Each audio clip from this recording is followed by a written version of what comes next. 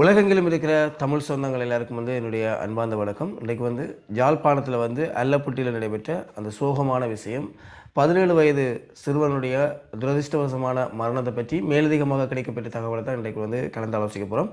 என்ன விஷயம்னு சொல்லி பார்த்தீங்கன்னு சொன்னால், 2 நாட்களுக்கு முதல் பார்த்தீங்கன்னு சொன்னால் அல்லப்பட்டியில் காவல்துறையினால் துப்பாக்கி சூட்டுக்கு இலக்காகி மூளையில் அவற்றை மண்டப்பகுதியில் இருக்கிற மூளையில் துப்பாக்கி தோட்டா தாக்கியதில் குறித்த நபர் மயக்கமடைந்த நிலைமையில் வைத்தியசாலைக்கு அழைத்து செல்லப்பட்டு அந்த சிறுவன் உயிரிழந்திருந்தார். இந்த அடிப்படையில் அந்த சிறுவனையோட அந்த கயஸ்ரக வாகனத்தில் சென்று கொண்டிருந்த 2 நபர்கள் போலீஸால் அந்த இடத்துல கைது செய்யப்பட்டு நீதிமன்றத்தில் ஆஜர்படுத்தப்பட்டிருந்தாங்க. அந்த நீதிமன்றத்தினுடைய உத்தரவுக்கு அமைவாக பார்த்தீங்கன்னு சொன்னால் அவர்களை 24ஆம் தேதி வரைக்கும் விளக்கமறியலில் வைக்க சொல்லி நிபந்தனை வழங்கப்பட்டிருந்தது. ஆனால் அதுக்கு பிறகு அவர் சார்பாக வாதிட்ட சட்டத்தரணி பார்த்தீங்கன்னு சொன்னால் 2 பேருக்குமே பிணை கொடுக்க வேண்டும் என்று சொல்லி நேற்றைய தினம் பிணையில் அந்த 2 பேரையும் எடுத்திருந்தார்கள். அவர்களுக்கு குறிப்பிட்ட அளவான பணம் 20,000 ரூபாய் 20,000 25,000 வரையிலான சரீரப்பிணையும் 2 பேர் பிணை வச்சு அவர்களை வெளியே எடுத்துன்னு வந்துருந்துச்சினோம். அந்த அடிப்படையில் அந்த கயஸ்ரக வாகனத்தில் சென்றவரில் ஒரு ஆள் குறித்த வாகனத்தை ஓட்டி சென்ற சிறுவனுடைய சித்தப்பா ஒரு ஆளும் இருக்கிறார். குறிப்பாக அவர் வெளியே சொன்ன விஷயங்கள் என்னென்னு சொல்லி பார்த்தீங்கன்னு சொன்னால், தாங்கள் இந்த விபத்து இடம்பெறதுக்கு 2 நாட்களுக்கு முதல் தான் அந்த கயஸ்ரக வாகனத்தை புதிதாக வவுனியாவிலிருந்து ஒருவரிடமிருந்து கொள்வனவு செய்திருந்ததாக அவர் சொல்லியிருந்தவர். அந்த வாகனத்தை எடுத்துக்கொண்டு கிளிநொச்சியில் உமையாள்புரம், அது உங்களுக்கு தெரியும், பரந்தனுக்கு பக்கத்தில் இருக்கிற ஒரு இடம், அந்த உமையாள்புரத்தில் அவர்களுடைய வயல் விவசாயம் நடந்திருந்தது. தற்பொழுது வெட்டு சீசன் ஆரம்பிச்சிருக்கால அந்த வெட்டுறதுக்காக இந்த வாரத்துக்காக வலிக்கிட்டு இருந்தவெல்லாம். அந்த அடிப்படையில் வேலணை பிரதேசத்தில் இருக்கிற ஒருவரிடம் இந்த வெட்டுக்கு தேவையான ஆக்களை, அதாவது வயல் வெட்டுக்கு தேவையான ஆக்களை எங்களுக்கு அரேஞ்ச் பண்ணி தர சொல்லி கேட்டிருந்தவர். அந்த அடிப்படையில் வேலணையில் உள்ள நபரையும் அந்த கயஸ்ரக வாகனத்தில் ஏற்றி கொண்டு அப்படியே உமையாள்புரம் உமையாள்புரத்தில் வச்சு வயலை வெட்டி போட்டு போகலாம்ன்ற ரீதியில் அவர்கள் புறப்பட்டு வந்ததாக சொல்லப்படுது. அப்போ வேலணையில் இருக்கிற அந்த வேலையாட்களை பிடிச்சித்தாருன்னு சொல்கிறவரை ஏற்றுறதுக்காக குறித்த சித்தப்பா பார்த்தீங்கன்னு சொன்னால் அந்த வெஹிக்கிளை அந்த கயஸ்ரக வாகனத்தை என்ன செய்திருக்கிறார், ஓடிக்கொண்டு வந்திருக்கிறார். ஓடிக்கொண்டு வரைக்க அந்த சிறுவன் இந்த வாகனத்தை தான் ஓட கேட்டிருக்கிறார், ஆசைப்பட்டு கேட்டிருக்கிறார். அதுலேயும் குறிப்பாக அந்த படியை கேட்க பார்த்தீங்கன்னு சொன்னால், தீவு பிரதேசத்துக்குள்ளே நான் ஓடுறேன், தீவுக்கு வெளியால் நீங்கள் ஓடுங்க சித்தப்பான்ற மாதிரி கேட்டிருக்கிறேன். என்னென்னு சொன்னால், தீவு பிரதேசங்களுக்கு ஆட்கள் நடமாட்டம் குறைவாக இருக்கும், டவுன் பிரதேசங்களில் வாகன நெரிசல் அதிகமாக இருக்கும். அப்போ இந்த தீவு பிரதேசத்துக்குள்ளே உள்ள அந்த ரோட்டில் வாகன நெரிசல் குறைவாக இருக்குது, நான் ஓட ஆசையாக இருக்குது சித்தப்பா, எனக்கு ஒரு ஓடத்தாங்கன்ற மாதிரி அவர் கேட்டிருக்கிறார்.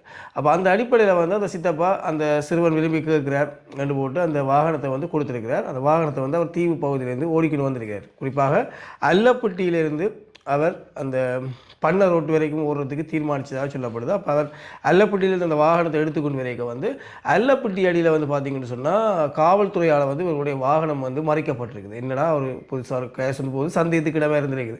இப்போ 4-5 வெஹிக்கிள்கள் போய்க்க ஏதாவது ஒன்றை சந்தேகத்துக்கு இடமான அடிப்படையில் காவல்துறை மறைச்சி விசாரிக்கணும்.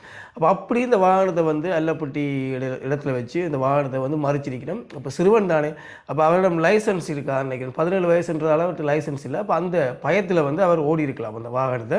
அப்போ அந்த வாகனத்தை ஓடிக்கொண்டு போகிற பின்னுக்கு காவல்துறை துரத்தி கொண்டு வருது. எங்கே அல்லப்பட்டியில் மறைக்கப்படுது வாகனம். அல்லப்பட்டியில் நிப்பாட்டாமல் அப்படியே மண்டதீவை நோக்கி ஓடி வரணும், அப்படியே பண்ண ரோட்டுக்கு யாழ்ப்பாணம் டவுனுக்கு வந்துடலாம்னுட்டு அல்லப்பட்டியில் தான் அப்படியே ஓடிக்கொண்டு வரைக்க பின்னுக்கே அல்லப்பட்டியிலிருந்து காவல்துறையினர் கிளச்சி கொண்டு வரணும். கிளச்சி கொண்டு வரைக்க பின்னுக்கு வந்த போலீஸுக்கு விளங்கிட்டு தங்களால் இவர்களை கிளச்சி இப்போ பிடிக்கலாது, அதனால் உடனே மண்டதீவு போலீஸுக்கு கோல் பண்ணியிருக்கிறோம். இப்படி ஒரு வாகனம் எங்களை கட்டுப்பாட்டை மீறி நாங்கள் எவ்வளவு எச்சரிக்கை விடுத்தும் அந்த வாகனம் நிற்காமல் வருது, குறித்த இதில் எங்களுக்கு சந்தேகத்துக்கு இடமாக இருக்குது, அதனால் அந்த வாகனத்தை எப்படியாவது மறியுங்கோணும். அப்போ இப்போ அல்லப்பட்டியிலேருந்து போலீஸ் கிளச்சிக்கிட்டு வருது, அல்லப்பட்டியிலேருந்து இவர்கள் வாகனத்தில் முன்னுக்கு போய் கொண்டிருக்கணும். குறிப்பாக இந்த சிறுவன் வாகனத்தை ஓடிக்கொண்டு போய்க்க மண்டதீவு காவலர் இருக்குது தானே, அதில் அந்த காவலுக்கு நிற்கிற போலீஸ் இவர்களை மறிக்கிறதுக்கு தயாராகி கொண்டிருக்கிறத இவர் தூரத்திலேயே அவதானிச்சிட்டார். அப்போ அவருக்கு விளங்கிட்டது அல்லப்பட்டி போலீஸ் பின்னுக்கு அல்லப்பட்டியிலேருந்து கிளச்சி கொண்டு வந்த போலீஸ் தாங்கள் இப்படி ஓடி வாரதை மண்டதீவு போலீஸுக்கு அறிவிச்சிட்டாங்க. அப்போ அவங்க தடுப்பு காவலெல்லாம் இதெல்லாம் போட்டு மறிச்சிட்டாங்க. அப்போ அதை தாண்டி வாகனம் ஓடிலாதுன்றதை இந்த சிறுவன் விளங்கி கொண்டுட்டு அவசரமாக என்ன செய்கிறேன்னு கேட்டால் அப்படியே வந்த பக்கமே திருப்புறார் வாகனத்தை. வந்த பக்கமே திருப்பி போட்டு திருப்பி அல்லப்பட்டியை நோக்கி வீட்டை போயிடுவோம்னு சொல்லி போட்டு வாகனத்தை திருப்பி ஓடிக்கிட்டு இருக்க.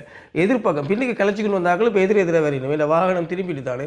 அப்போ எதிரெதிராக வந்தோன்று கேட்க அதில் இருந்த காவல்துறை உத்தியோகத்தர் வந்து பார்த்தீங்கன்னு சொன்னால் தன்னுடைய துப்பாக்கி ஒன்றை எடுத்து வச்சு சுட்டதாக வந்து அந்த சித்தப்பா வந்து தெரிவிச்சிருக்காரு. சுடு விழுந்தோடனே வந்து அந்த சிறுவனுக்கு வந்து மண்டையில் காயம் ஏற்பட்டிருக்குது. ஒரு துப்பாக்கி சத்தம் மட்டும் தங்களுக்கு கேட்டதாக வந்து அந்த சித்தப்பா கூறியிருக்காரு. உடனே அந்த படியன் மண்டையில் வெடி விழுந்தாலும் உடனே அந்த வாகனத்தை சைட் பண்ணி அதில் நிப்பாட்டி போட்டு மயக்கம் அடைஞ்சு விழுந்ததாகவும் அதிலேயே.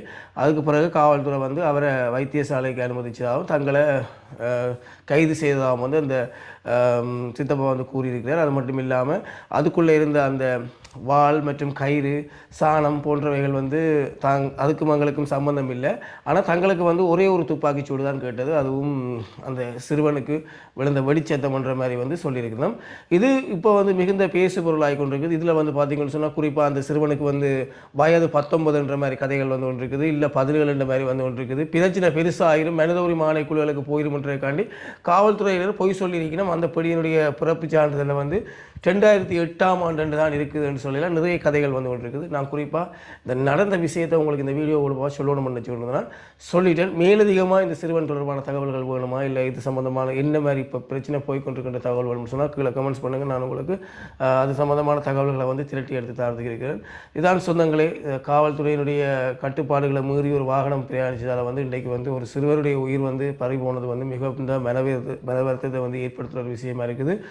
மீண்டும் மீண்டும் இவ்வாறான தவறுகளை குறைச்சி கொள்வோம். இதில் வந்து பல சதிகள் இருக்கின்ற மாதிரியெல்லாம் தகவல் வழியாக இருக்குது. இருந்தாலும் நீதிமன்றம் நிச்சயம் இந்த தீர்ப்பு கொடுக்கும். அது வரைக்கும் காத்திருப்போம். நன்றி சொந்தங்களே, மீண்டும் ஒரு காணொளியில் சந்திப்போம்.